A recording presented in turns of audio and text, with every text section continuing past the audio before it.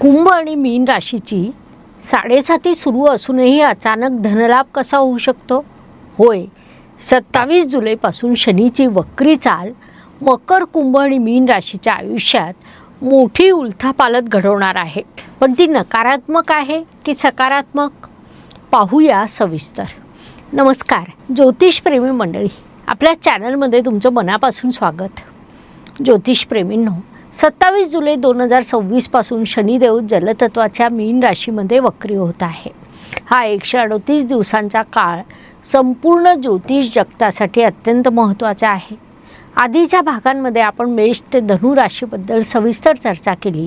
आजचा हा भाग विशेष आहे, कारण आज आपण अशा 3 राशींबद्दल बोलणार आहोत. त्यातील 2 राशींवर सध्या 7.5चा प्रभाव सुरू आहे. आपण बोलणार आहोत कुंभ आणि मीन राशीबद्दल. मकर राशीवर 7.5चा प्रभाव नाही, मात्र आज आपण मकर राशीबद्दल देखील बोलणार आहोत. जेव्हा 7.5 सुरू असते आणि त्यातच शनी वक्री होतात, तेव्हा लोकांच्या मनात भीती दुप्पट होते. पण लक्षात घ्या, वक्री शनी म्हणजे प्रत्यक्ष मागे जाणारे ग्रह नसून ते आपल्याला तसे भासतात. याचा अर्थ ब्रह्मदेव आपल्याला आठवण करून देतात की तुमच्याकडून काही चुका झाल्या आहेत का, काही कामं अर्धवट राहिली आहेत का, ती सुधारण्याची संधी शनिदेव या काळात देतात. ऑगस्ट महिन्यातील 2 ग्रहणं, मंगळ आणि राहूचा प्रभाव, गुरुदेवांची असणारी दृष्टी, या सगळ्यांचा 7.5 भोगणाऱ्या 2 राशींवर काय परिणाम होईल, वक्री काळात शनी मागच्या घरचे फळ कसे देतील आणि या काळात करावयाचे विशेष उपाय, मंत्र, दान, ब्रेसलेट कोणते, हे सर्व आपण समजून घेणार आहोत.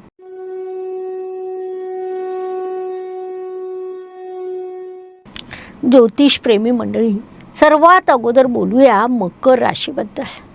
मकर राशीचे स्वामी शनिदेव आहेत. सध्या शनी तुमच्या 3य स्थानातून गोचर करीत आहेत. हे राशी स्वामी असलेले शनिदेव जेव्हा 3य स्थानातून वक्री होतात तेव्हा ते तुम्हाला तुमच्या 2य स्थानाचे म्हणजे धनस्थानाचे देखील फळं देतात. हा वक्री काळ मकर राशीसाठी आर्थिक दृष्टीने फायदेशीर ठरू शकतो. जुनी अडकलेली उधारी किंवा वडिलोपार्जित संपत्तीचे वाद मिटून धनलाभ होऊ शकतो. कुटुंबात आनंदाचे वातावरण राहील. तुमची आर्थिक बाजू मजबूत होईल. मीन राशीतील वक्री शनीची दृष्टी तुमच्या 5म स्थानावर 3य दृष्टी पडत आहे. उच्च शिक्षणासाठी काळ चांगला आहे. जुनी अर्धवट राहिलेली विद्या पूर्ण करू शकाल. संततीकडून शुभ वार्ता मिळेल. शनिदेवांची 7म दृष्टी भाग्यस्थानावर पडत आहे. नशिबाची साथ मिळवण्यासाठी पूर्वपुण्याई कामी येईल. धार्मिक कार्यात आणि प्रवासात रस वाढेल. शनिदेवांची 10म दृष्टी द्वादश म्हणजे व्ययस्थानावर पडत आहे. व्ययस्थानावर दृष्टी असल्याने अचानक काही मोठे खर्च निघू शकतात. परदेशाशी संबंधित कामात प्रगती होईल. मकर राशीसाठी विशेष उपाय: रोज संध्याकाळी शनिदेवांच्या मंत्राचा जप करा. ओम शम शनेश्चराय नमः. शनिवारी काळे तीळ, मोहरीचं तेल गरजूंना मजुरांना अन्नदान करा. 7.5चा प्रभाव सौम्य करण्यासाठी आणि आर्थिक स्थैर्यासाठी लॅपिज लाजुली ब्रेसलेट धारण करा. ते तुम्हाला अत्यंत लाभदायक राहील. आता वळूया कुंभ राशीकडे. कुंभ राशीचे स्वामी देखील शनिदेव स्वतः आहेत.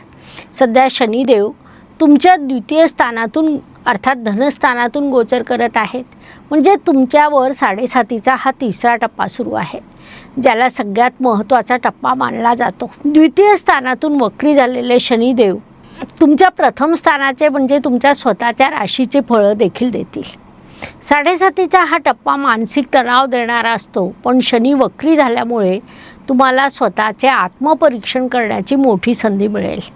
आरोग्यामध्ये सुधारणा होईल. नोकरी व्यवसायात जर काही मोठे निर्णय घ्यायचे असतील तर घाई न करता अत्यंत विचारपूर्वक घ्या. हा काळ तुम्हाला शिस्त आणि संयम शिकवणारा ठरेल. शनिदेवांची 3य दृष्टी तुमच्या 4थ स्थानावर पडत आहे. घर, गाडी, प्रॉपर्टी घेताना कागदपत्रांची नीट पडताळणी करा. आईच्या आरोग्याची काळजी घ्या. शनिदेवांची 7म दृष्टी तुमच्या 8म स्थानावर पडत आहे. अचानक काही अडचणी येऊ शकतात. गूढशास्त्रात रस वाढेल. वाहन चालवताना वेग मर्यादित ठेवा. शनिदेवांची दशम दृष्टी तुमच्या एकादश म्हणजेच लाभस्थानावर पडत आहे. कष्टाच्या प्रमाणात आर्थिक लाभ नक्की मिळेल. जुन्या मित्रांची मदत फायदेशीर ठरेल. कुंभ राशीसाठी विशेष उपाय.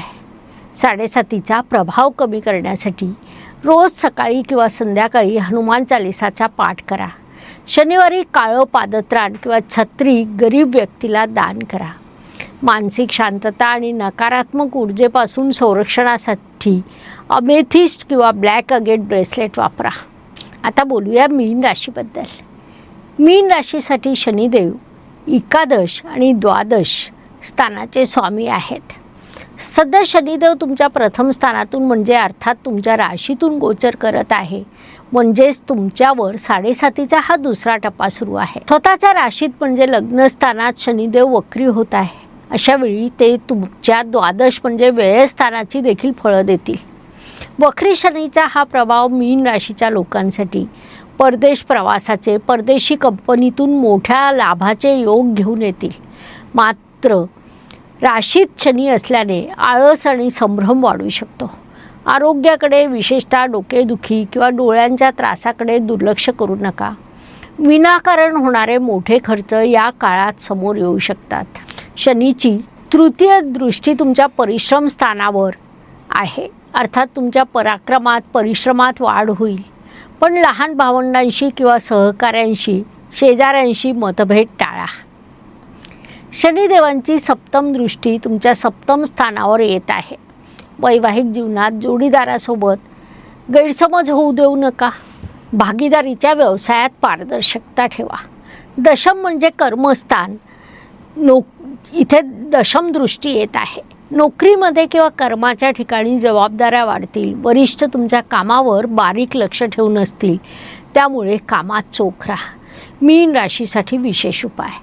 रोज संध्याकाळी महामृत्युंजय मंत्रांचा आणि ओम प्राम प्रीम प्रौम स शनैश्चराय नमहा या मंत्राचा जप करा. शनिवारी पक्ष्यांना 7 धान्य घाला. मुंग्यांना साखर पीठ टाका.